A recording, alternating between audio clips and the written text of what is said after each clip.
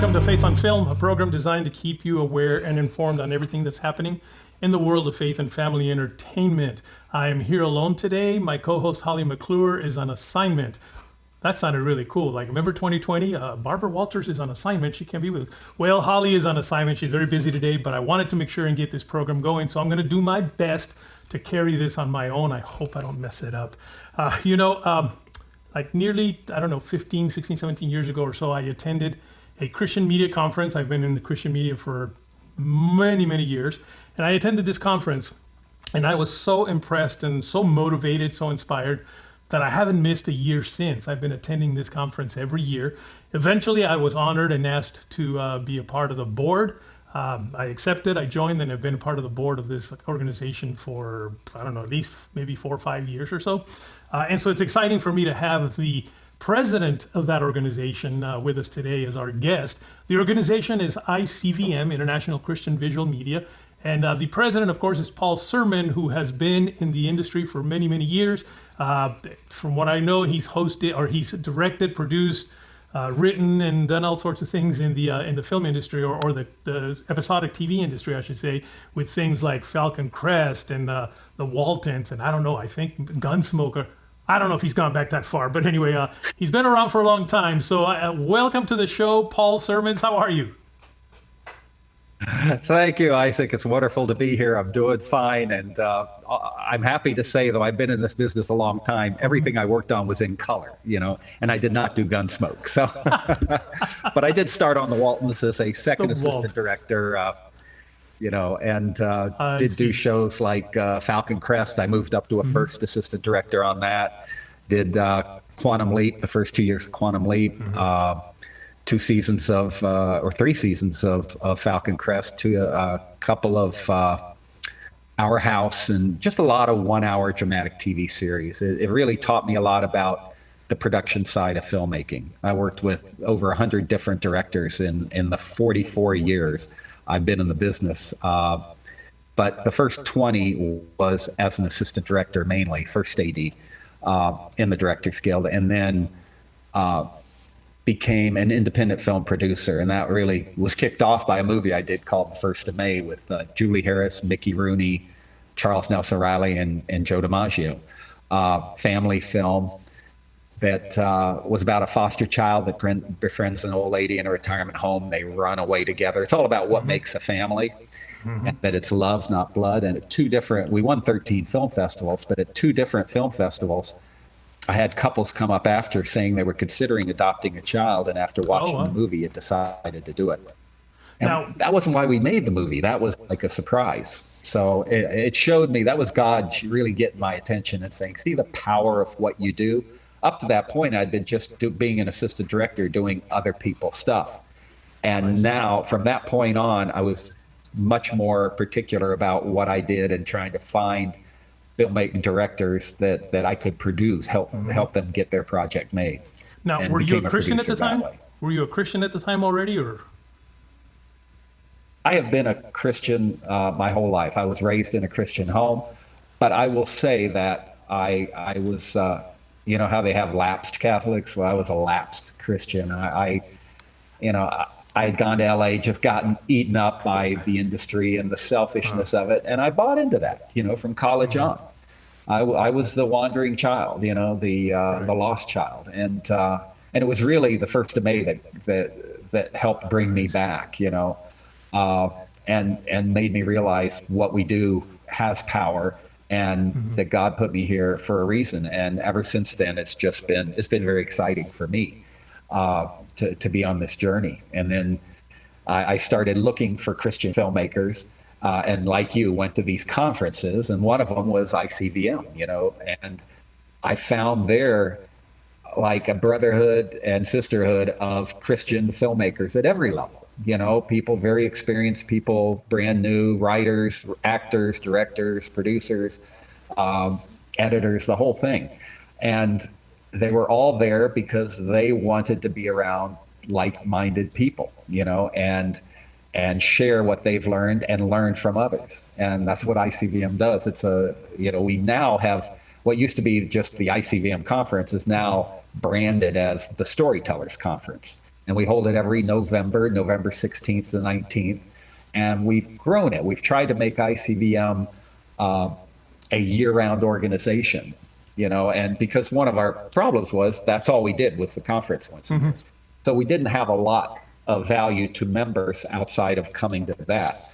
But now we're a year-round organization. We do that. Our Crown Awards that we've done for 50 years, believe it or not, the longest running Christian awards by any count.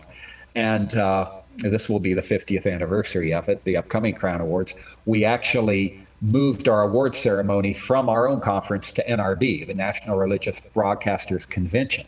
And there, people actually receive their awards in front of, hundreds of the top professionals in Christian television and radio and film.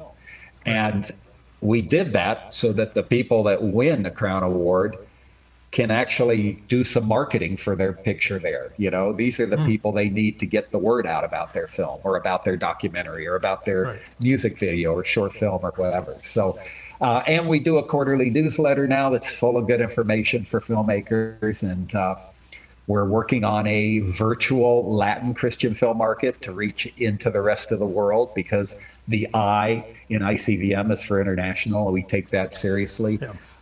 We're going to do an African Christian film market virtually after that, and we're partners with SeaQuest, which is the European Christian film conference. I'll be going over to that, I believe, in September, and they are great people, great Christians, very committed, and basically they do kind of what we do at ICVM, but they do it on the European. Well, yeah, one of the things that did impress me a lot about the conference was how many people I saw come from other countries. I saw them come from Africa, from Europe, from Asia. I mean, it's pretty amazing how many. I think there was probably as many people that came from other countries as there were from the United States. We do. Well, one of the things with the Crown Awards, we had 22 countries represented in the Crown Awards last year, and we're hoping to get more this year, And in fact, last year, for the first time ever, we had entries from Nigeria. And several of those Nigerians came to ICVM, to the Storytellers Conference, and found out their picture was a finalist for a Crown Award. And the 5 finalists that we announced at the Storytellers Conference go on to the NRB convention, where 3 of them are chosen for the gold, silver, and bronze Crown Awards. So, and in fact, a Nigerian picture won Best Foreign Production, Nigerian film tied. 2 Nigerian films tied for Best Foreign Picture, and they were by the same filmmaker in Nigeria. Oh, wow. So we gave out 2 Gold Crown Awards to the same filmmaker for 2 different films. That's how good the filmmaking is getting in Nigeria. So it's kind of exciting, and we're looking for that. We want to pull Christians together. We want to support Christian filmmakers around the world. Now, the opportunity to enter films for this coming year's awards are still open right now, isn't it? It is indeed. In fact, we're in the what they call the early bird period. We have about 2 weeks to the deadline. That means if you want to save money, you get in there and enter your film now. And as I say, it's good for movies, TV series, TV specials, documentaries, short film, student film category. In fact, we're going to talk to somebody, a winner from our last year's student film category in a few minutes here. But you can get a even better discount if you join ICVM. It's $99 a year, but you join and you get 25% off the entry fees that are already low for the early bird period. Well, and you also save about $150 on the conference in November. Well, here's going to be my suggestion, because to be honest with you, we tape these shows prior to them actually coming out. So by the time the show comes out, it may be past the early bird deadline. It's very possible. But I like the idea that if they join and become members, that they're going to save a pretty good amount of fee for their entries. So how would they do that? How do they enter their projects? Yeah. In fact, they will save the 25% at any point. The deadlines, I jotted them down. July 15th. This may air after that, but that's the early bird deadline. September 25th is the regular deadline. Okay. You'll get 25% off the fees of that if you're a member. And October 23rd is the late deadline. That's the final date to get your picture in the Crown Awards. The Storytellers Conference, where we announce the finalists, will be November 16th to 19th. So all these are a lot of dates. I know hopefully people are jotting them down, but November 16th to 19th in Orlando, Florida. It's at the Rosen Center Hotel where we had it last year. Really great event. They can enter the Crown Awards one of two ways. One, you can go to Film Freeway, which is what all the film festivals are on, and every filmmaker knows about it. And you can just type in Crown Awards and it'll take you to our site. You can enter there. Or you can go to ICVM.com, click on the Crown Awards, and it will take you to the entry page for that, which is, again, on Film Freeway. You know, what's neat is, of course, you don't have to be a filmmaker to come to the conference. In fact, you don't have to have a film submitted to come to the conference. If you're interested in Christian media, whether it be films or television, it's great to come to this conference and you get to meet a lot of filmmakers that'll be there. And again, you just get to be inspired. Christian filmmaking is a very important part of our culture right now. It's what we need to. It's the best tool that we have, I think, right now to really impact our culture. And so, whether you're a filmmaker or not, if you want to somehow get connected, that conference would be great for you all to attend. Is that correct, Paul? Oh, absolutely. It's a great point. In fact, we have other events that happen at it that are included in the price. There's only one price to come, and everything that happens there is included in it. One of them is a script and story pitch-a-thon. And we get usually anywhere from 8 to 12, 13 distributors that come to take pitches for scripts or stories that our writers members are looking to pitch, or somebody may be a producer and they have a project and want to get it made. So we have that. That's a 2-hour event where people pitch one-on-one to a distributor or a producer looking for a project. Then we also have a Christian film market. That's for people that have a finished film. They go there and meet one-on-one with distributors that they feel are best suited for their project. And we've had a lot of people leave the Christian film market with a deal for their film or their documentary or their short film or whatever it is. So it's a great opportunity on a lot of fronts. And then we have a lot of seminars, deep dive seminars, some of them where you really get into the weeds of filmmaking, especially Christian filmmaking. Everything from production to creative to writing to acting. We have topics on all of that. And then we also have speakers. And the price of our conference includes all of your lunches and dinners, which are really good. This is not, a really good conference dinner. It's not, not sandwiches on bread. It's a really good deal to come to. I think the 4-day conference this year is $429 if you sign up for the earlier rates. Now, one of the other very impressive things about ICVM is that we don't want to be just a group of a bunch of old filmmakers patting ourselves in the back saying what a great job we've done over the years. We're really focusing on mentoring the next generation of filmmakers, young people. Is that correct? Is that a good assessment of what we are now? Absolutely, and we're working on that. We had our Saturday had a whole string of seminars that were aimed at student filmmakers, and we have a special rate for student filmmakers to attend. But the Crown Awards has its own category for student filmmaker. I see. So now, let me just set this up because I have to do all my own switching here, and it just becomes a real pain. But we do have a young man that one of our categories in the Crown Awards is, of course, the best student film, right? That's correct. And we have the winner of this year's Student Crown Awards on today. He is from China. I believe he's Taiwanese. I would love to say his Chinese name, but I know I would totally mess it up. and he's told me that here in America he's known as Jackson. So Jackson, welcome to Faith on Film. Hi, Isaac. Hi, Paul. I'm very happy to be here. Hi, Jackson.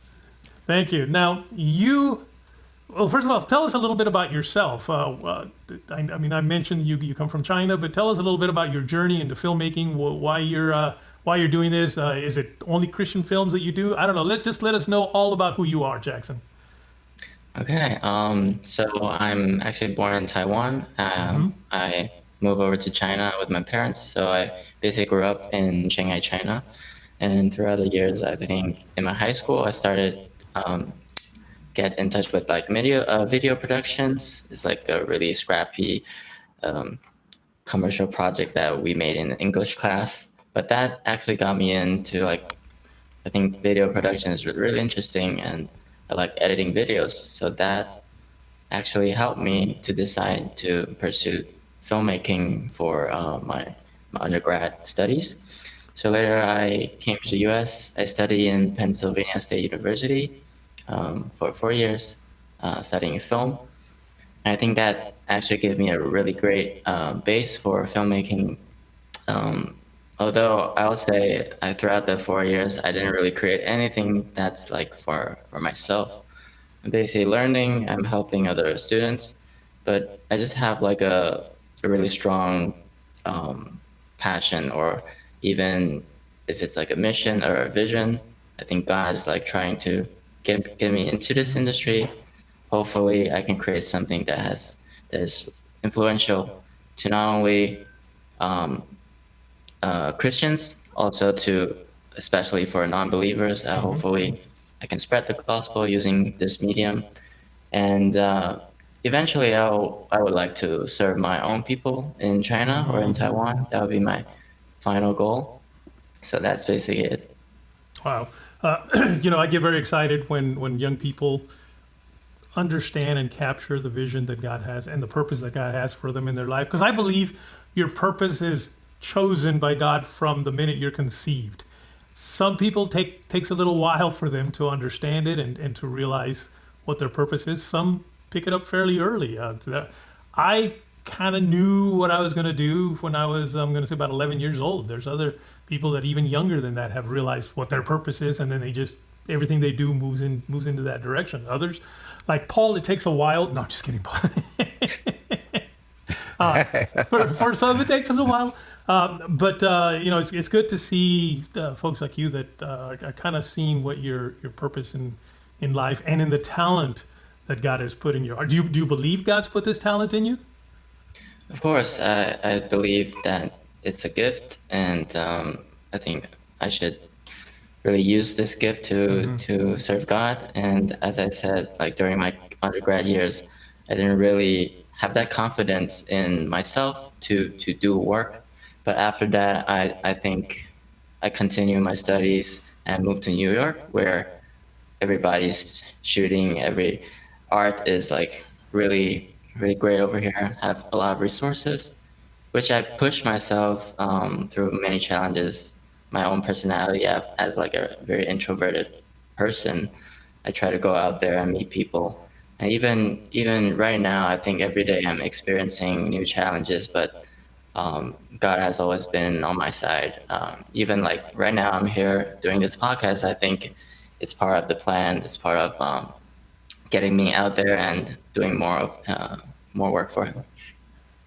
Yeah, Paul, do you have something that you'd like to maybe ask him or talk to him about?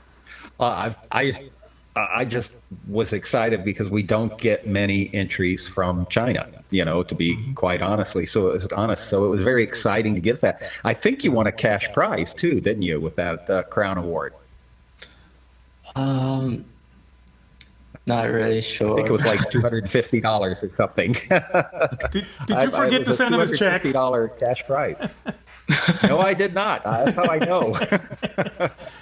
Oh, well, maybe I should enter. But there's a few of our awards we have sponsors for, and they can actually get money for that. So, and the student category is an important one. So we want to encourage students to enter it. And if you're a Christian and you were not in a Christian college, correct? No, Jackson? it's a state college. It's like a regular college. Yes. Yeah, so you don't have as much support, I would guess. So being able to make something that has a Christian element to it, or it can reach Christians and non-Christians, it's a little harder. You're more on your own, I would guess, than if you were making a horror film, which everybody in film school loves to work Right. on. Including Christian schools, by the way. I'm Yeah, serious. yes. I've had a conversation with two heads of the film department at two of the major Christian schools, and they tell me our students don't really want to make Christian films; they want to make horror films. So I've been talking about maybe harnessing that desire and saying, well, let's teach them how to make a horror film. I know people look at me like I'm crazy. A horror film with a redemptive message in it, and not just slasher stuff, not make it that way. But when I say horror, I mean something that's a little scary and, suspenseful and all that, but make it with a redemptive message. Maybe we can harness that desire from these young people and get them to do something of Christian value. What do you think? Yeah, you read the Bible. There's a few very scary tales in there. It's pretty horrific. I agree. Jackson, what was your film about that you won this award for? So my film is called I'm Home, which is about a father and son. Basically, this is a true story for my father and my grandfather. It's about a young teenager graduated but couldn't stay in the States, so he has to move back, but he hasn't been connecting with his father for many years. So it's like a reunion, and also trying to get the two of them to know the differences between each other, and then allowing the difference to develop, but using love because their family basically, to still understand that because of the generation, because of culture, anything that's like part of the differences, they still willing to love each other and get along with each other. Now, is there a way for our viewers, for instance, to watch that film? I mean, do you have it uploaded somewhere, or is it now, it won an award and right now it's kind of packed away until something else happens? So actually, my film is still currently submitting festivals. Okay. So right now it's not publicly shown anywhere, and also currently it's actually showing back in my home country, Taiwan, the Taipei Film Festival right now, which is I'm very honored to be in, and I think hopefully after this year I can start getting it publicly uploaded, and by the time I'll definitely share to everyone. Oh, very nice. I think Jackson, what are your future plans? So yeah, that's a really good question. So as an international student, staying in the States is like a really big challenge for me. But I think I've been praying every day, trying to hopefully I can stay in the States to get more of my films made. But currently I'm trying to write a new film, and hopefully it can be a feature film. But I'll say it's mainly still about my people, my culture, because eventually I would like to have this gospel spread back home, where I think here in the States we have you both wonderful people serving the people in the U.S. So I would like my film to be able to screen back in Asia and Chinese people. So that's my very brief plan. It's not very thought out yet, but currently I'll say I'll start writing. All right. That's awesome. Well, Jackson, I don't know if you know your plans yet, but if you can get to Orlando, Florida, November 16th to 19th, I will give you a scholarship, a free pass to come to the ICVM Storytellers Conference, because we want you there and we need you there. Thanks. So actually, I've been thinking about this, and there's actually a way that I can make this happen no matter what I'm facing right now, which is like the least favorite option, but I'll say it's still an option, which is I can use travel visa, I can come back here again, which is so no matter what, I'll definitely attend this conference. Jackson, Awesome. is there a way Well, for that people? will be wonderful. Jackson, is there a way for people to connect with you? Do you want any of them writing emails to you? Maybe sometimes they might just want to write and encourage you a little bit. How would they do that? Do you have an email address that they can use? Yes, actually, I have email address. Do you want me to just read it out? Yeah, just go ahead and read it out. I'll put it down on the lower screen, but read it Okay. out so that people can hear it. Okay, my email address is Wudi, W-U-D-I, and Jackson at hotmail.com. So Wudi, U is my last name, and D is actually like a younger brother in Chinese. So that's my nickname. So yeah, Okay. All right. Wudi How about Jackson at hotmail.com. how about you, Paul? You want people connecting with you and maybe asking you more about ICVM? How can they reach you? Absolutely. My personal email is Paul, Paul, biz, B-I-Z, the number 8 at AOL.com. PaulBiz8 at AOL.com. Or you can just go to the ICVM website and email any of us through that. I'll get the message.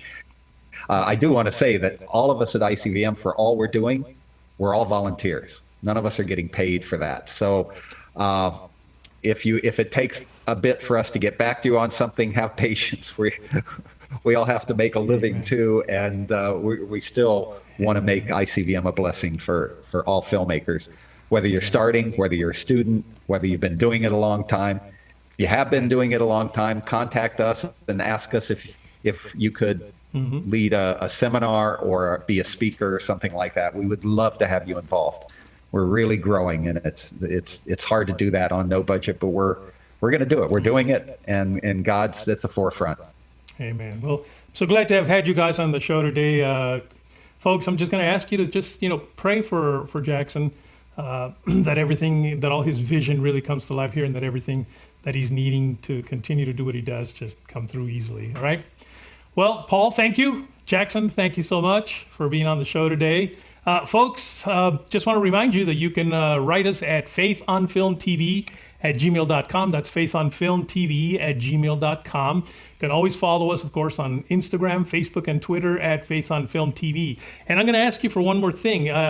Go to our YouTube channel, and let me see here. Go to our YouTube channel where you will find a lot of my past shows that I've done over the years.